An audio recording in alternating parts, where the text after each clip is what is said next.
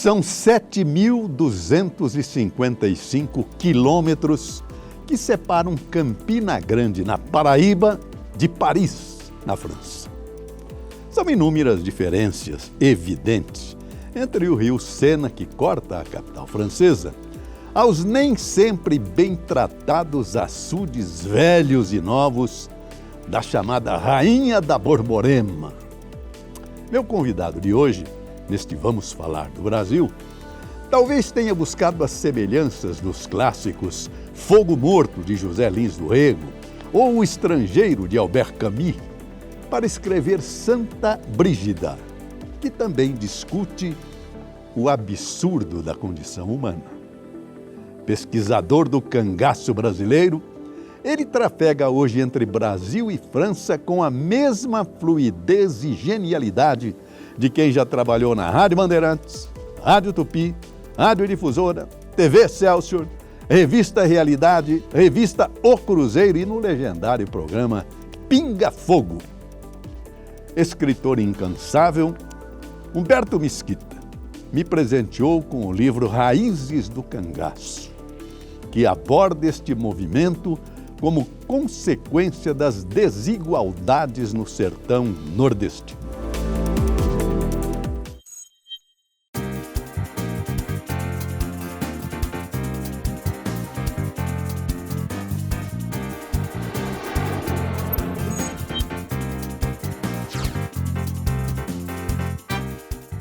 Senhores internautas, Vamos Falar do Brasil de hoje irá apresentar as raízes da história do nosso país. Mas antes disso eu vou realizar um desejo meu, pessoal, porque o meu entrevistado é o jornalista Humberto Mesquita. Trabalhamos juntos há anos, na Tupi, na Pan-Americana, na Bandeirantes, e depois nos desencontramos. Eu fiquei na minha São Paulo, ele foi para Paris. Anos e anos depois eu encontro essa figura extraordinária do meu diretor, que é o Hélio Silleman. E o Hélio Silleman falava com Humberto Mesquita quase que toda semana e me mostrava, olha, o Mesquita. Eu falei, mas como? A pergunta eu faço para você, Humberto Mesquita. Obrigado pela sua presença. Como é que você conheceu o Hélio? Olha, a minha história com o Hélio é muito curiosa. Não diga. Ele, um dia, você se lembra da TV Excelsior? Deixa. O departamento de jornalismo da TV Excelsior ficava na Rua da Consolação, ao lado do restaurante franciscano. Posso falar porque hoje não existe mais. Aí um dia, eu era o editor de jornalismo já. O Walter Sampaio era o diretor. E o Walter me levou para lá para ser editor de jornalismo, tá? E nós ficamos juntos, tá? Aí um dia eu estava na porta e eu vi um rapazinho um pouco mais jovem do que eu, bastante. E ele olhava assim, com aquela cara. E eu estou saindo e estou vendo aquele rapazinho lá, olhando. Aí chegou para mim e perguntou, o que é isso aqui, hein? Eu falei, isso aqui é departamento de jornalismo da TV Excelsior. Era o Casarão, o famoso Casarão. Aí ele falou, meu sonho está aqui. Ok, o teu sonho está aqui? Porque o que você faz? Não, aí ele deu aquela famosa enrolada, mas querendo dar a entender que entendia da coisa. Eu achei o cara super simpático, alegre e muita vontade. Isso eu acho que é a coisa mais importante quando você vai contratar uma pessoa. A pessoa não só precisar de trabalhar, mas ter vontade de trabalhar. E eu senti naquele moleque essa vontade. Aí eu falei, você quer trabalhar aqui? Ele olhou para mim, como que desconfiando, esse cara está me gozando. Aí eu falei, vem cá.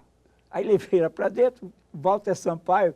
Eu digo, Walter, nós estamos precisando de alguém para cuidar do mimeógrafo aqui, porque naquela época o jornal você fazia com o mimeógrafo, né? O mimeógrafo para tirar, para poder levar para o Calil Filho, que fazia o programa. Na época era o Show de Notícias, que era Oliveira Neto, Branca Ribeiro, Roberto Arruda. Ele tinha que levar todos esses scripts para esse pessoal. E o Walter falou, ok, você já fez a entrevista com ele? Já. Ele tá, pode ir, vamos lá. Aí eu fui no Jogo Liberatório, que era o departamento pessoal, E nós contratamos o rapaz naquele dia para o outro. Contratou Eu ali acho na que ele porta. nem acreditou. Ele não deve ter acreditado naquilo. Ele saiu por ali, tá, e começou a trabalhar. Era muito esperto. Eu não sei se hoje ele é tão.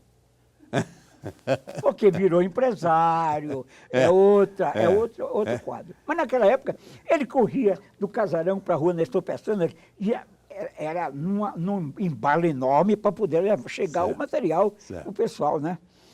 E realmente cresceu entre todos ali. Todo mundo começava a gostar dele. Ah, o Elinho, magrinho. Tá. E cada um tomou seu rumo. Certo. Porque também eu fiquei na TV Celso de 63 a 66, mais ou menos. 66, 67. Aí eu fui para Tupi, tá? E nunca mais eu vi o rapaz. Ele tocou sua vida, eu toquei a minha, e cada um tomou seu rumo. Certo? E eu fui, Bandeirantes, Checkmate, etc., tá, aquela coisa toda. Depois eu fui embora. Foi para o exterior. Fui para o exterior. Sim. Eu estava na França e vi assim no Facebook um troço assim, Mesquita, eu não sei se ele falou seu Mesquita, eu acho que ele já não me respeitava mais. Não, Mesquita, eu não sei se você se lembra de mim, eu sou o Hélio Silliman, você é o culpado de tudo. Aí eu falei, mas peraí, esse nome não me é estranho. Eu fiquei pensando comigo, esse nome me é estranho, Hélio Silliman. E matutei. Aí ele andou a outra, aí eu me lembrei. Eu falei, eu acho que é aquele moleque. O que será que ele está fazendo? O que será que ele está fazendo? Ok. Aí ele abriu o jogo. Hoje, quando a gente tem uma pessoa que a gente não sabe bem, o que é que a gente vai? Vai no Google e o Google explica já dá tudo. A ficha. Quando eu puxei, que olhei, eu falei para minha mulher, Cristina, este cara foi office boy meu. Ele é dono de uma das maiores empresas de comunicação, baita do estúdio. Ele está muito bem. Ok, atenção, câmeras, ação. Que felicidade. Lógico, a felicidade foi muito grande para mim também, naturalmente. Porque quando você vê uma pessoa cresceu, lógico, cresceu em cima da capacidade dele, lógico, com a ajuda tua, pode, cheio de felicidade. Foi assim que aí eu descobri. Aí começamos a nos comunicar, mas a gente não se conhecia. Eu vim conhecer agora, recentemente, pessoalmente. Sim. Mas através da internet, da comunicação nós trocamos. Na internet. Aí foi só festa. Depois quando eu vim de Paris, finalmente! Enfim, Deus está vivo! Eu quero saber se me parece com aquele. Parece, você nunca vai mudar. Humberto Mesquita, um dos maiores jornalistas do nosso país, que teve uma dedicação extraordinária com o seu Nordeste. Você é da Paraíba? Campina Grande, com muita honra a Nova York brasileira. Tem tanta dedicação a esse Nordeste, ele foi lá desvendar o que era o cangaço. Está acabando de lançar um livro no Brasil chamado Raízes do Cangaço. Eu pensei que conhecia a história do meu país. Ele me deu o livro autografado, eu comecei a folhear, eu fiquei tão fascinado. Isso é verdade, viu, Mesquita? Mostra o livro. Eu vou mostrar. Tá aí, ó. Eu vou mostrar. A dedicatória está aqui. E a capa desse livro foi minha filha que fez. Que ela é designer. Eu fiquei tão fascinado por esse livro que eu falei, Hélio, vamos gravar Vamos Falar do Brasil com Humberto Mesquita. Porque aqui está uma história do cangaço que foi deformada lá atrás e ele está restaurando uma verdade que o país não conhece. Os senhores vão ver que o que eu acabo de dizer não é um adjetivo qualificativo. É uma verdade da história desse repórter. Começa que ele não escreveu porque leu no Google, como falou. Ele foi desvendar e descobriu a existência de cada cangaceiro que escapou da morte depois da morte de Lampião em julho de 1938. Por isso a primeira pergunta é essa. Quem foi Lampião? Olha, o Lampião foi vítima. Ele não foi herói, nem foi bandido. Não foi santo, nem foi demônio. Ele foi uma vítima do sertão. Uma vítima das injustiças, das desigualdades, de tudo que acontecia naquele Nordeste, naquele sertão. Ele foi um revoltado. Se você perguntar, Lampião tinha consciência política? Não. Ele sabia que existia injustiça. Agora, quando o pai foi assassinado, quando ele começou a receber muitas perseguições, ele começou a perceber que existiam dois lados. E o lado que ele escolheu foi do crime. Agora, se pode chamar um cara desse de criminoso? Não. Herói. Ele é mais efeito do que causa. Exatamente. Verdade. É por isso que Raízes do Cangaço foi buscar as causas para chegar aos efeitos. E agora Maria Bonita. Maria Bonita, evidente, é uma figura da mulher brasileira. Fascinante, porque ela largou tudo, foi acompanhar o Lampião, viveu naquele sacrifício do Nordeste, da mata perseguida. Quem foi Maria Bonita? Como é que os dois se cruzaram? A Maria Bonita se casou, acho que com 14 anos, bem nova, com uma figura que o pai escolheu, porque naquela época quem escolheu o marido era o pai. Escolheu para ser marido dela. E o marido dela era um fanfarrão, que gostava da boemia, que saía, deixava a Maria sozinha. E a Maria, ela, mesmo criança, já era uma pessoa com um potencial muito forte. Era uma Maria Madalena do Cristo. Era uma mulher que se destacou exatamente nesse sentido. Não era nenhuma figura inteligentíssima, ela era fora de série para a sua época, porque ela conseguiu se afastar do marido, se separar do marido e dizer para ele, a minha vida eu vou fazer eu. Olha. E no dia que o Lampião, ela conhecia a história do Lampião, no dia que o Lampião passar aqui, eu vou com ele.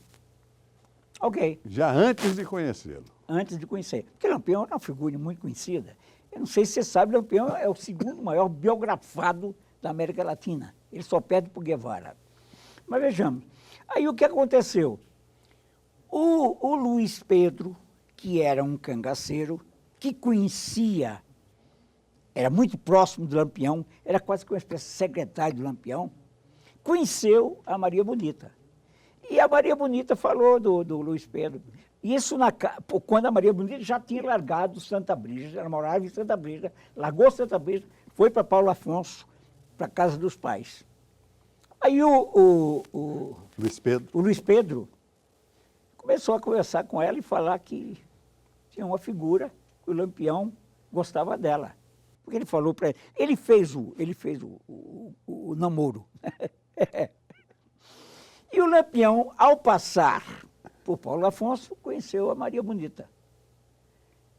Dizem amor à primeira vista. Eu acho que era um amor que já existia dentro dela e dele, porque ele era uma figura que vivia isolado do mundo, um monte de cangaceiro, muito de só homem, certo? E você sabe que um ambiente sem ter a mulher, ele fica bizonho, fica triste, tá? E os dois se encontraram e começaram a namorar. Ela que inseriu a mulher no cangaço foi a Maria Bonita? É aí que eu chego. Porque eles começaram a namorar, o Lampião saía do mato para ir namorar com a Maria Bonita, na casa dela. E ficaram algum tempo namorando. Aí um dia, o Lampião falou para ela, Maria, você vem comigo? Ela falou, já estou lá. Mas a vida é dura, não é fácil, não tem importância, eu vou. E o Lampião ficou naquela dúvida, porque naquele monte de homem, botar uma mulher ia ser complicado, ele sabia disso. O Balão, por exemplo, era um que foi contra, quase brigou com o Lampião por causa disso. Porque ele achava que muita mulher junta ali ia dar... E deu algumas confusões, tá? Mas a Maria Bonita disse, eu vou, e o Lampião disse, eu quero. Pronto. Acabou. Juntaram. A propósito, vamos ficar dentro desse tema, já falar da mulher no cangaço. porque o noticiário da época falava em estupro, em rapto de mulheres, de crianças de 13, 14 anos, mas havia também, pelo que eu absorvi do seu livro, uma espécie de deslumbramento da mulher nordestina com essa vida campesina e de guerra do cangaço. É isso mesmo? Mais ou menos. Veja, existiram as duas coisas. Você não quer achar que numa comunidade onde tem 100, 200 homens, sejam 100 santos. Não. Em lugar nenhum do mundo. Existia um comando que era o do Lampião, que era uma figura muito forte e que não aceitava determinadas situações. Mas, ao mesmo tempo, existiam também aqueles cangaceiros que, porque, veja, não era um grupo. O Lampião iniciou o cangaço, mas depois existiram vários grupos sob o comando geral do Lampião. Mas ele não estava vendo, olha, o grupo do Zé Sereno, o que é que está fazendo aí? Não. Então, existiram estupros, sim, existiram raptos, certo? O criança, por exemplo, que eu conheci bem, ele raptou a Dulce, que está viva até hoje. É a única cangaceira viva. Que Deus continue abençoando, salvando todo carente da salvação do grupo do Lampião. Os que já morreram, que Deus tenha misericórdia da alma. E os que estão vivos, que Deus converta e salva todos e passem todos a viver de acordo com a vontade de Deus. Existiram outras. Existiram também desavenças. O cangaço era um mundo. Vamos falar dele agora. A gente conhece, além do Lampião, o quê? O Corisco. Na verdade, por causa da música do Sérgio Ricardo, né? Te entrega Corisco, eu não me entrego não. Não me entrego a tenente, não me entrego a capitão, só me entrego na morte. Me entrego só na morte, de parabelo na mão. Se entrega, Corisco. Se entrega, Corisco! Com o parabelo na mão. E quem mais? Quem são os principais cangaceiros à margem de Corisco e Lampião? Olha, na sua visão. Pela ordem. Primeiro grande cangaceiro, Jesuíno Brilhante. Esse viveu bem antes de Lampião, 1809. Lampião, quando entrou, o cangaço já existia. Já existia. Na minha opinião, o Brilhante foi o cangaceiro mais brilhante, porque ele tinha uma questão social, batia na veia dele. Porque o pai dele era político, era de um partido. Existiam 2 partidos lá no lugar onde eles estavam, que era Rio Grande do Norte, Natal, interior do Natal. O Jesuíno, ele era da família Calado. E o adversário da família Calado eram os Limões. Uma pausa. Todas as cidades, todas as regiões tinham 2, 3 famílias que se degladiavam. Tinha, exato. Eram os coronéis. Exato. Existiam. E eles mandavam mesmo. Entendeu? Bom, o Brilhante, era 1877... Rico, era uma família rica, portanto. Era uma família fazendeiro. Poxa. Ele, por uma desavença das 2 famílias, pegaram o irmão do Jesuíno e deram-lhe uma surra nele. E o Jesuíno foi lá numa mercearia, lá no bar, para tirar satisfação. E o cara que deu a surra começou a gozar com a cara dele. Aí o Jesuíno foi, matou. Matou o cara. A partir dali, ele não podia ficar mais na cidade. Saiu, ele era casado, tinha filhos, saiu para o mato. E saiu e se tornou o cangaceiro. Isso foi antes de 1930, portanto. Sim, isso foi 1877. Nossa, lá atrás. Na época da grande seca no Nordeste. E aí é onde vem a qualidade do Brilhante. A seca era um flagelo, Era. Eu digo, o sertanejo é, antes de tudo, um sem sorte. Porque suportar tudo, suportar coronel, suportar seca, suportar tudo isso... Omissão do Estado. Exato, a omissão do Estado. Exato. Mas deixa eu terminar o Brilhante. Pois não, vamos falar do Brilhante. O Brilhante, na seca de 77, o governo... 1877. Ixi. Na seca, o governo mandava alimento, comida, etc., para os flagelados. A família dos Limões, que eram os donos da política local, pegava toda aquela comida e dava só para os seus apaniguados, só para aqueles cabos eleitorais, aquelas figuras próximas, né? Isso acontece até hoje, você sabe disso. É. Muito bem. Aí o que aconteceu? O Brilhante resolveu montar um esquema com alguns flagelados e ficou na entrada, quando as caravanas vinham com alimentos, eles começaram a brecar tudo, tirava alimento e entregava para a população flagelada. Toda. Assim que começou, Mesquita. Cresceu Assim o que Brilhante. começou. E aí ele começou a ficar cheio de adeptos, etc. Tá? Depois eles tentaram mudar o roteiro, mas eles foram em cima, tiraram, não deixaram. Eu estou contando esse fato para mostrar que, na minha opinião, o Brilhante dos cangaceiros foi assim o que teve um pouquinho mais de consciência política, porque ele nasceu também de um fazendeiro que era político. Muito bem. Depois, quem é o grande cangaceiro? Antônio Silvino, que também era filho de fazendeiro, que também sofreu injustiça, que teve seu pai, e o pai dele foi assassinado numa feira. Aliás... E eu li, eu estou me lembrando do texto do seu livro. Seu livro é fantástico. E ele foi assassinado porque ele alforriava os negros. Isso. E os outros coronéis não aceitavam. Exatamente. Não é isso? Olha só. Exatamente. Então, o Silvino, muito embora não tivesse assim, aquela consciência política que teve o Brilhante, mas ele tinha consciência das injustiças. E partiu. E esse cara foi visitado por grandes escritores. Depois ele foi preso. Depois de Silvino, do Antônio Silvino, vem o Curisco, que foi o que tentou manter o cangaço. Mas no meio disso teve Luiz Pedro, no meio disso teve Zé Sereno, no meio disso teve o Balão, Criança, Marinheiro, Saracura, Labareda. Esses caras todos eu conheci. Jararaca. E era tido Jararaca como foi santo. em Mossoró. Era tido o como Jararaca santo. já foi... É tanta coisa. É tanta coisa. Deixa eu fazer a pausa. Que aí você veja... O Humberto Mesquita escreveu esse livro e teve o cuidado e o trabalho e o entusiasmo de visitar todas as pessoas que viveram o cangaço depois da morte de Lampião e fugiram no mundo para se esconder. No próximo bloco, que nós vamos interromper agora, ele vai contar como é que ele descobriu cada um desses.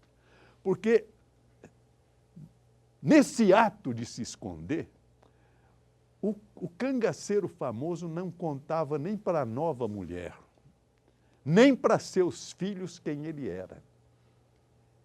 Ele é absolutamente recluso no seu passado. E esse jornalista foi e levantou um por um, dentro de instantes.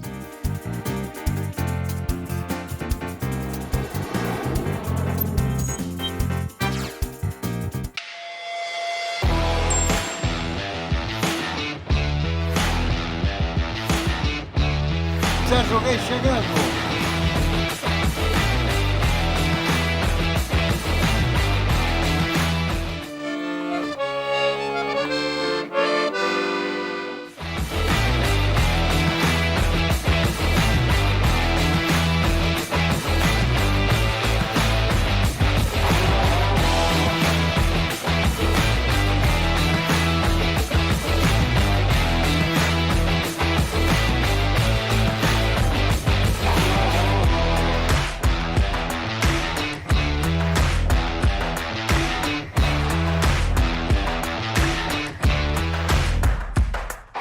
Hoje eu estou aqui para entrevistar você, José Valdo. Mas isso é verdade? Prazer estar com vocês aí, muito grande, principalmente falar do Brasil. São 3 machos e uma fêmea, por sinal Maria, que com todos se parecia. Todos de olhar esperto pra ver bem de perto quem de muito longe é que vinha. Pra curar o meu despeito, vou meter pinga no peito, sufocar meu coração. E nessa casa tem goteiro, pinga em mim você.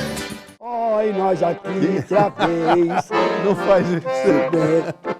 Vamos Já foi embora. Vai lá. Nós enganamos vocês, fingimos que fomos e voltemos.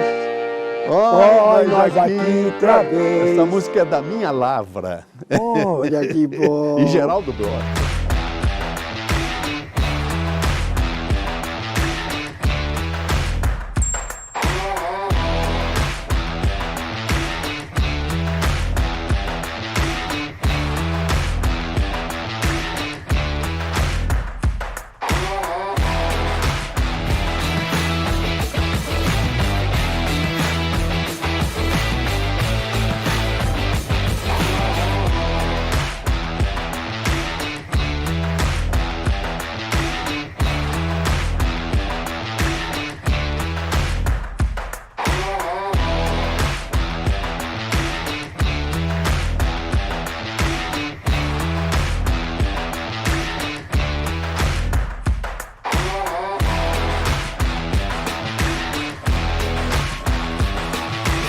Senhores internautas, estou aqui saudando a todos os internautas e telespectadores para divulgar o nosso programa Vamos Falar do Brasil, que tem o projeto de mostrar o que é o nosso país. Primeira frase que eu usei vale até hoje: o que apodreceu no Brasil foi a República.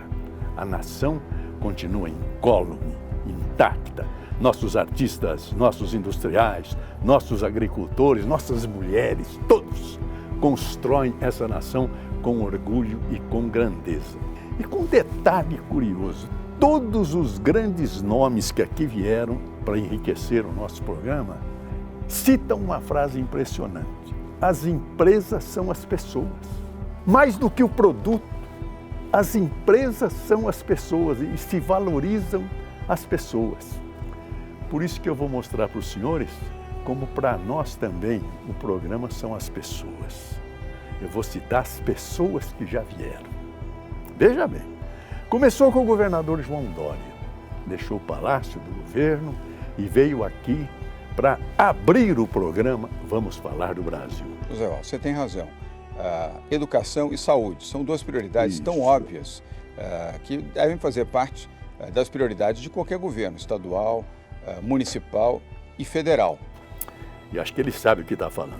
Também veio Gustavo Junqueira, o nosso secretário da Agricultura. A Secretaria da Agricultura é a mais antiga secretaria do governo do Estado de São Paulo, né? Vem de 1892 e era uma secretaria de desenvolvimento econômico. Também veio o nosso ilustre secretário dos Transportes, João Otaviano Machado Neto. Novas plataformas de tecnologia, como nós falamos das rodovias inteligentes. Se eu consigo conversar com a rodovia, caminhão, em vez de ficar num congestionamento na marginal aqui, eu crio um corredor logístico com uma tarifa diferenciada e naquele corredor ele terá um incentivo tarifário em que a tarifa vai diminuir. Também veio figura extraordinária, Dr. Luiz Henrique Mandetta. Europeu, eles todos são sistemas já de muitos anos e o Brasil na primeira infância, vamos dizer assim, no sistema de saúde. Também veio o ex-ministro, que eu considero ministro da Agricultura, Roberto Rodrigues, que vai nos dar um show da história da vida e da natureza. Daqui a pouco vamos ter colhedeiras andando na roça, colhendo 3, 4 colhedeiras manejadas por um único operador no escritório, via satélite.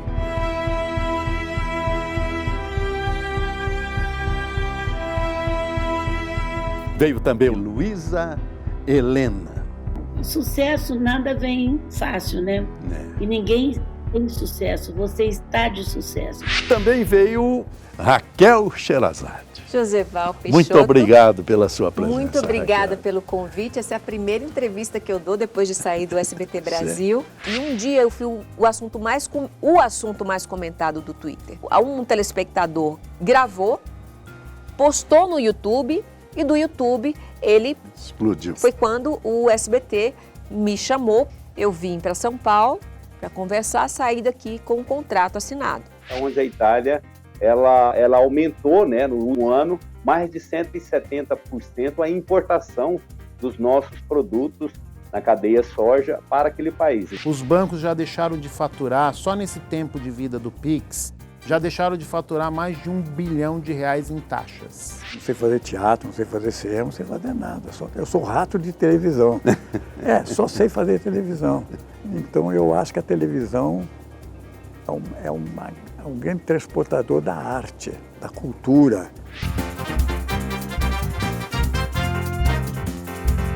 Sérgio Reis. Obrigado.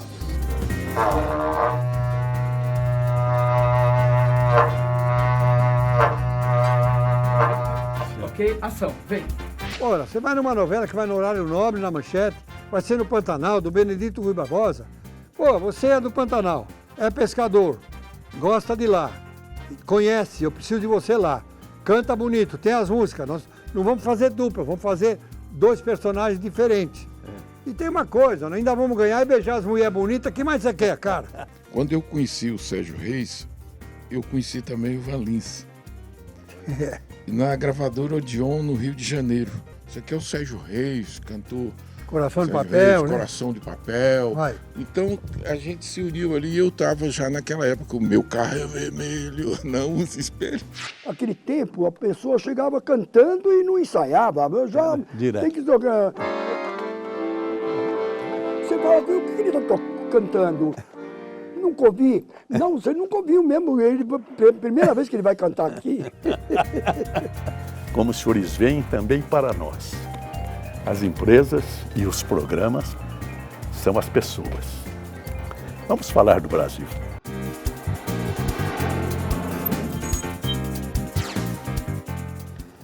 Estamos de volta. Esse é o livro do Humberto Mesquita, Raízes do Cangaço. Na parte final, há vários depoimentos de pessoas e textos que humanizam a pessoa de Lampião e dos demais cangaceiros.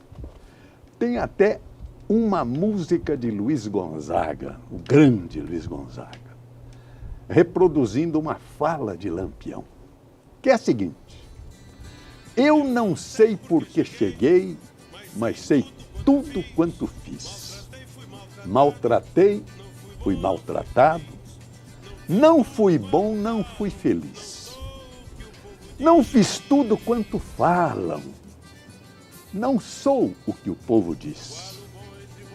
Qual o bom entre vocês? E aí ele acrescenta o seguinte: em julho de 38, meus crimes se terminaram. O criminoso era eu, e os santinhos me mataram. Um lampião se apagou, outros lampiões ficaram. O cangaço continua de gravata e jaquetão, sem usar chapéu de couro, sem bacamarte na mão, e matando muito mais. Tá cheio de lampião. Bonito. É o cangaço de hoje, né? É verdade. Com outras características, mas na verdade, porque a violência não nasceu com o cangaço. Não. Mesquita, vamos correr que hoje nós já passou meia hora. Vamos. Puxa vida. Um ídolo de fé, de religião, de entusiasmo, de reverência do povo é o Padre Cícero. Por que essa grande proximidade de Lampião com o Padre Cícero?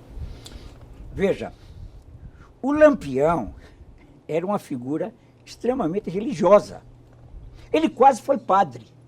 Não sabe. A avó dele era muito católica e queria fazer dele padre. Ele não aceitou, ele não queria. Mas ele sabia, com os cangaceiros, isso eu estou dizendo histórias que eu vi contadas pelos caras que estavam lá. A grande vantagem nossa hoje aqui é que eu sou o único remanescente vivo que posso contar histórias de cangaceiros que conviveram comigo, entende? A história, fico muito feliz. Eu estava agora há pouco falando para vocês falaram em Rádio Pan-Americana, Jovem Pan. Eu trabalhei na Pan-Americana, sabia? Na Rádio Pan-Americana. Ah, é? Na época Que do ano? Narciso Feliz, do Blota Júnior, do Nelson Tabarelli, e outros, entendeu? Ali na rua Riachuelo. O começo foi lá. Mas voltemos ao que interessa, que é isso aqui. O Lampião, todo dia, ao meio-dia, ele parava onde tivesse para poder rezar. Na época das novenas, ele rezava com os cangaceiros o terço. E o Lampião, ele tinha uma devoção muito grande pelo Padre Cícero. E ele conheceu o Padre Cícero. Ele conheceu numa das suas idas e vindas por aquele sertão. E o Padre Cícero tentou tirar o Lampião do cangaço. Chegou a aconselhá-lo. E o Lampião ouviu com muita devoção, mas não saiu do cangaço, porque ele dizia, quem entra nessa vida não tem saída. Ou só sai se for para o céu ou para o inferno. Você sabe que o título, a patente de capitão do Lampião... Foi dado pelo Padre Cícero, segundo você. Não foi o Padre Cícero, mas foi na casa do Padre Cícero e todos os entendimentos foram feitos com o Padre Cícero. Lógico que é uma patente fajuta. E pera lá, agora eu quero um depoimento seu da história do Brasil. Foi o presidente da República que mandou pedir ao Lampião para enfrentar a coluna Prestes, é isso? Isso, através... E por isso lhe foi prometido o título de capitão do Exército Brasileiro, foi isso? Exatamente. Me conta essa história. O Floro Bartolomeu era deputado, o presidente era... Era o Arthur Bernardes. O Arthur Bernardes estava muito preocupado porque ele não conseguia combater a coluna Prestes, que era um movimento de tenentes. Na época, o Prestes já era capitão do Exército. Muito bem. Aí o Floro Bartolomeu chamou, o presidente chamou o Floro e falou, você tem como fazer contato com os cangaceiros? Aí o Floro disse, tenho. Foi para Rio Grande do Norte. Isso pouca gente sabe. Foi na cadeia e lá encontrou 2 cangaceiros que estavam presos. E perguntou, vocês conhecem bem o Lampião? Ah, sim. Então nós vamos fazer o seguinte, nós queremos que vocês façam o contato do Lampião comigo, que eu quero dar a ele o título de capitão, ele vai ser capitão do Exército, Os 2 cangaceiros acharam uma maravilha. E vocês vão ser soltos. Olha só. Aí, maravilha. Os jornais no dia seguinte divulgaram. Explodiram. Aí o Padre Cícero viu a história e falou, não, agora espera aí. Tiraram a minha manchete. Estão me passando para trás. Ele era muito esperto. Aí ele mandou um telégrafo para o Floro Bartolomeu, dizendo, vem aqui que eu já fiz um contato com o Lampião. E a coisa mudou. Mudou coisa, ele não fez contato nenhum. Ele é que ficou preocupado em perder a oportunidade da manchete. Exatamente. Aí o Floro correu para lá, porque sabia que com o Padre Cícero a situação era muito mais fácil. E realmente montaram todo o esquema para o Lampião receber o título de capitão. O Lampião, pela primeira vez, juntou mais de 60 cangaceiros, porque o grupo dele tinha 12, 13, mas ele juntou vários grupos, e eles foram caminhando até Juazeiro, estavam na Bahia, e chegaram a Juazeiro, perto de Juazeiro. Quando estavam chegando perto de Juazeiro, o Padre Cícero começou a se preocupar, porque o Floro Bartolomeu não dava sinal de vida. O governo mandou todas as armas que o Lampião queria. Mandou todos os equipamentos. Quem municiava o Lampião era o próprio governo? Não, nesse caso, para combater a coluna Prestes, o governo cedeu armas novinhas, maravilhosas, e mandou para Juazeiro, que era para ser entregue. Sabe o que aconteceu? O Floro Bartolomeu estava no Rio, teve um colapso cardíaco e morreu. Morreu 2 dias antes de ser entregue a patente, que era ele que ia dar a patente. De capitão. Quando está em Juazeiro, está aquele rolo, o Padre Cícero sem saber o que fazer, e os cangaceiros chegaram, aquele monte de cangaceiros, tá, a cidade em festa. Aí o Padre Cícero chamou o Lampião e o Sabino, e mais o irmão Livino, etc., estavam todos ali reunidos. Ele falou, olha, o problema é o seguinte, o homem do governo não chegou ainda. Mentiu, né? O padre não devia mentir. Já estava morto. Já estava morto. O homem do governo não chegou ainda. Nós precisamos ver, esperar um pouco, tá? Aí apareceu um menino, chegou e falou, meu padrinho, o homem do governo está aqui, sim. Aí falou, como, está aqui? Tá, o homem do governo está aqui. Aí falou assim, bom, se ele está aí, manda buscar. Olhou a Cavalcante. É um funcionário da Secretaria da Agricultura, do Ministério da Agricultura, que estava em Juazeiro. Aí, os dois cangaceiros com bacamarte chegaram lá, encontraram o cara, falaram, você tem que ir lá para dar o título a patente de capitão para o Lampião. Pro Virgulino. Que história é essa? O cara não sabia nada. Que história é essa? Não. O Lampião mandou buscar. E o Padre Cícero falou que você tem que ir para lá. Ele falou, naquele dia, com aquelas armas, aqueles caras em frente a mim, eu assinava até a demissão do presidente da República. E ele foi levado para a casa do Padre Cícero, fizeram um documento lá fajuto, e foi fajuto, dando o título de capitão para o Lampião. E foi assim que o Lampião se tornou capitão, porque quando deram... E ele usou o título a vida toda, o capitão Virgulino. Lógico. E quando ele chegou, assinou, não, agora só pegou, botou no jornal o documento, entendeu? E disse, agora sou capitão. E sou governador do sertão, porque também ele quis ser. Bom, e foi assim que ele se tornou. Ele não deu um tiro na coluna. E eles se encontraram. Isso aí é uma informação também que ninguém tem. Porque na TV, na rádio TV Bandeirantes, naquele... teve um negócio do Exército lá, e que eu entrevistei o Marechal Cordeiro de Farias, que era da coluna Prestes. Olha só. E eu perguntei na época para ele, e veja, não tinha nada a ver com cangaço, nem nada, mas eu sabia dessa história. E eu só queria saber o seguinte, Marechal, o senhor na época era tenente, era da coluna, sim, fui da coluna Prestes. Mas me diga uma coisa, vocês combateram o Lampião? Aí ele deu uma risada. Falou, ninguém nunca me perguntou isso. Foi bom você perguntar. Olha aqui, eu me encontrei com o Lampião. Olha só. Eu me encontrei na floresta, no mato, com o Lampião. E ele falou, quem são vocês? E nós falamos, somos revoltosos. E o Lampião falou assim, essa briga não é minha, pode passar. Nunca não deram um tiro. E foi assim a história. Está no seu livro. Eu quero antes Bom, primeiro eu gostaria de saber como é que você, porque está no livro, que você, depois da morte do Lampião, e eles escondidos, eles não contavam nem para a família quem que eles eram antes, você descobriu um por um e trouxe para São Paulo.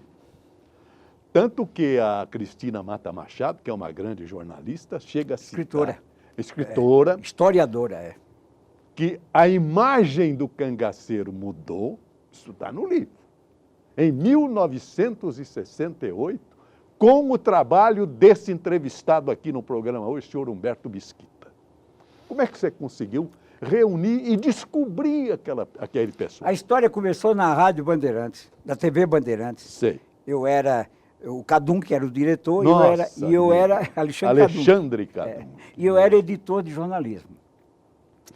Aí um dia, o Laerte Fernandes, que era editor do Jornal da Tarde, meu amigo, ele ligou para mim e disse, Mesquita, eu conheço uma moça que é historiadora, é uma moça muito bonita, mas ela fala de cangaço.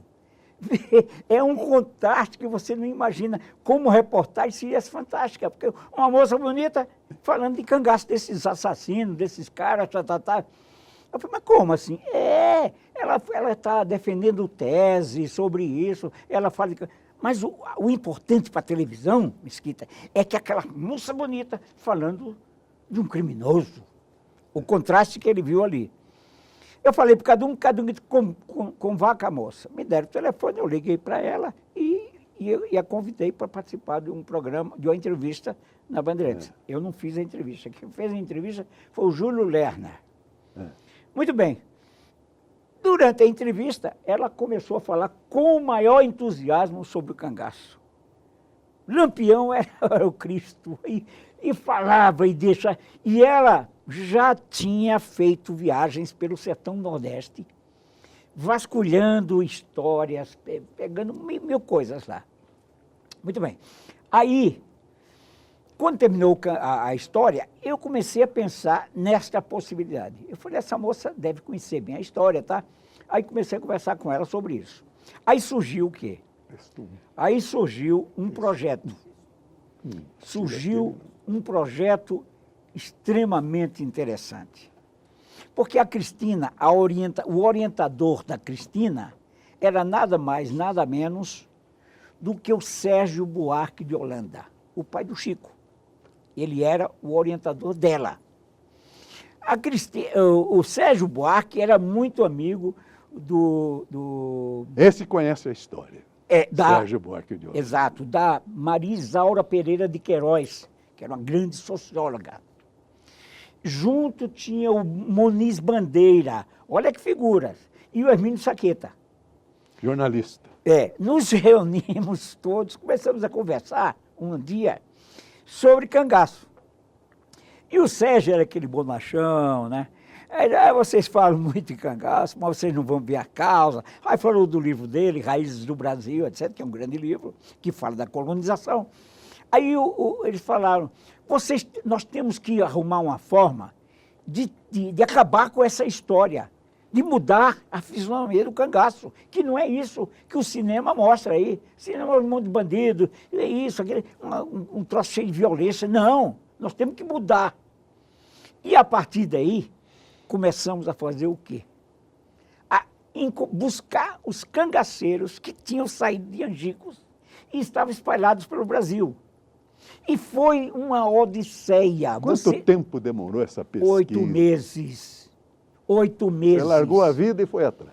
Não, eu mantive a vida, mas veja bem, como é que você consegue descobrir o criança que morava, eu sabia que morava no bairro do Sacomã.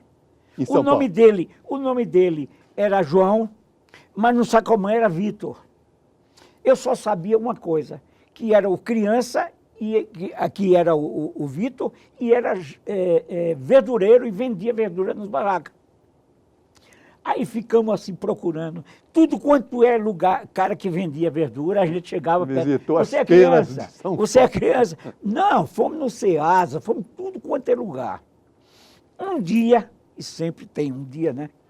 Vai passando um cara, 1,60 m se tiver, pequenininho, baixinho, e com aquele carroça de verdura.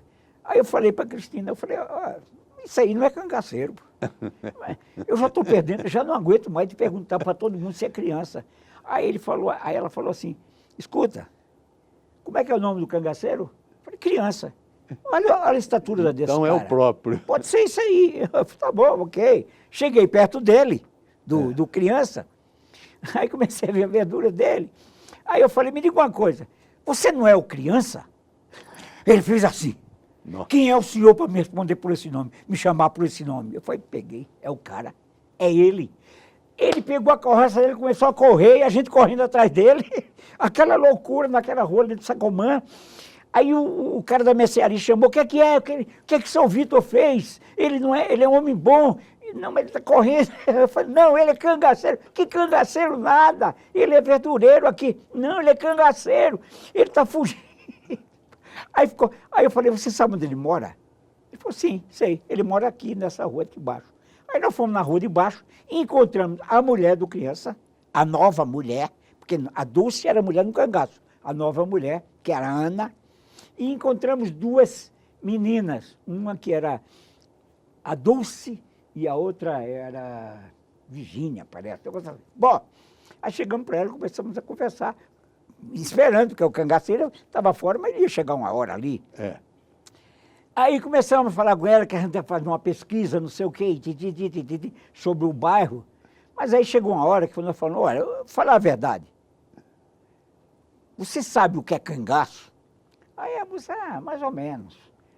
Mas o cangaço, aí começamos a falar sobre cangaço. Ela não sabia do Nada. criança? Nada. Do próprio marido? Nada, ela não sabia que era nada. cangaço.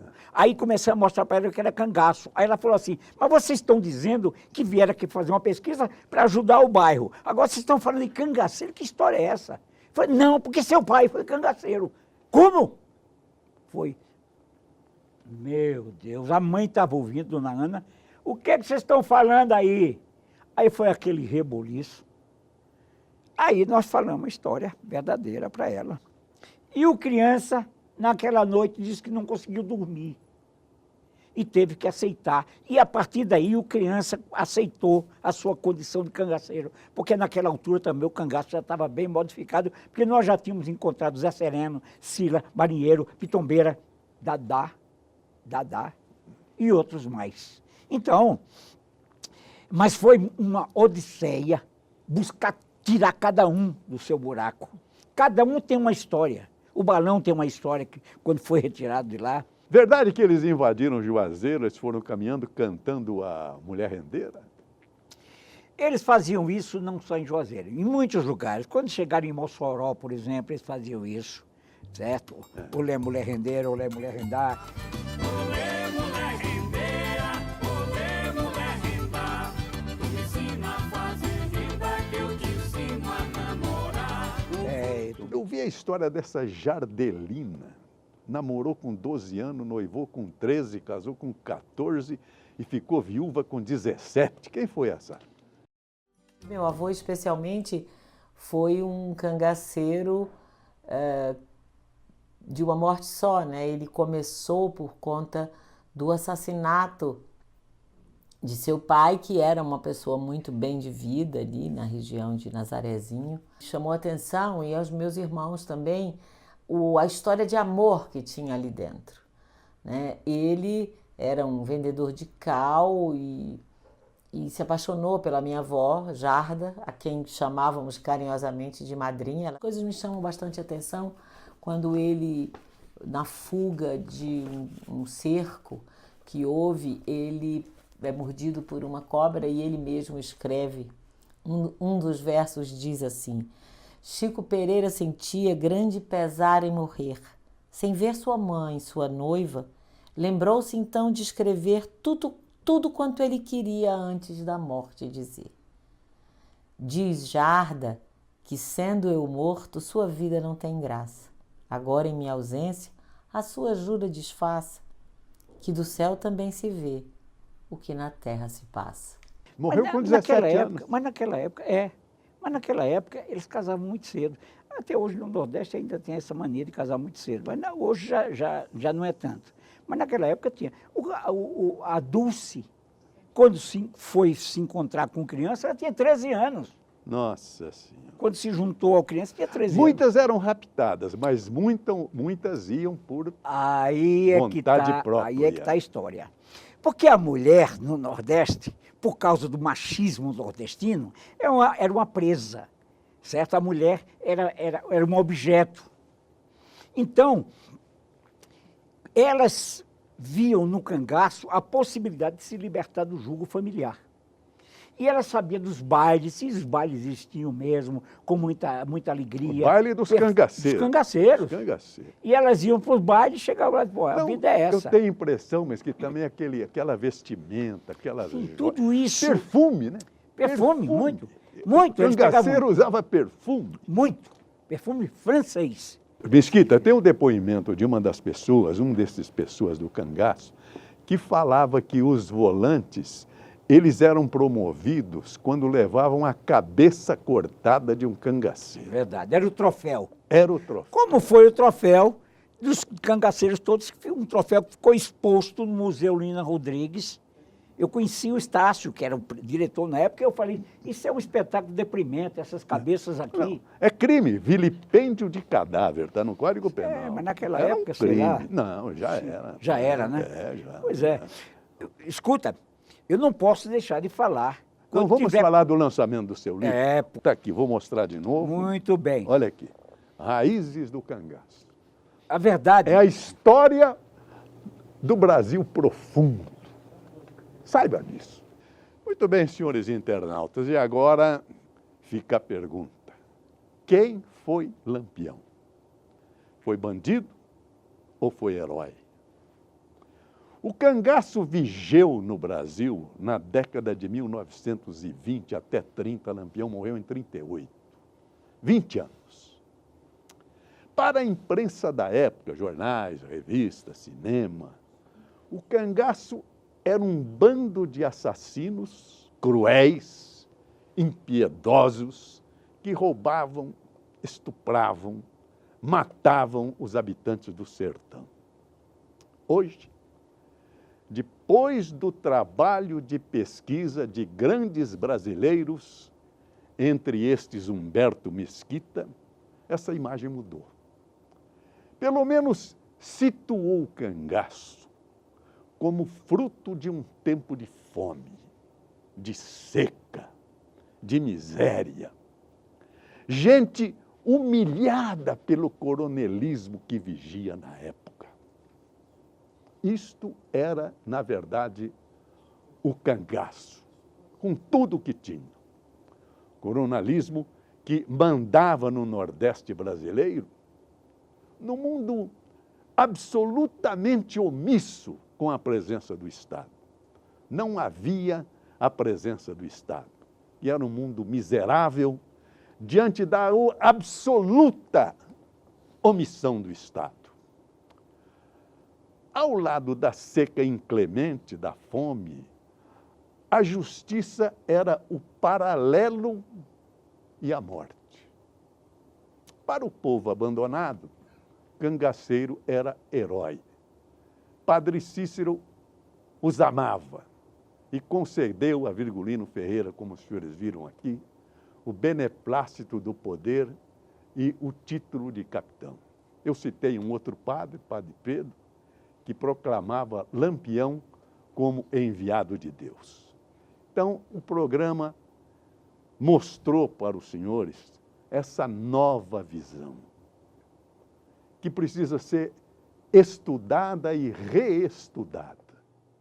E isso segundo todos os depoimentos das pessoas que integraram os bandos. Depoimentos colhidos por Mesquita no seu livro, mudou completamente a partir de 1968, quando o cangaceiro deixou de se esconder, porque começou a ter um pequeno orgulho pela luta que desenvolveu contra o sofrimento do povo do Nordeste brasileiro. Mesquita, muito obrigado pela sua presença, parabéns pelo seu livro. Estarei no lançamento, sem dúvida. Muito obrigado. Eu gostaria que fossem a todos os lançamentos, mas vocês vão saber, eu me sinto muito feliz de estar aqui, sob o comando do meu antigo companheiro, Hélio Silva. Aquele menino que virou um gigante da comunicação.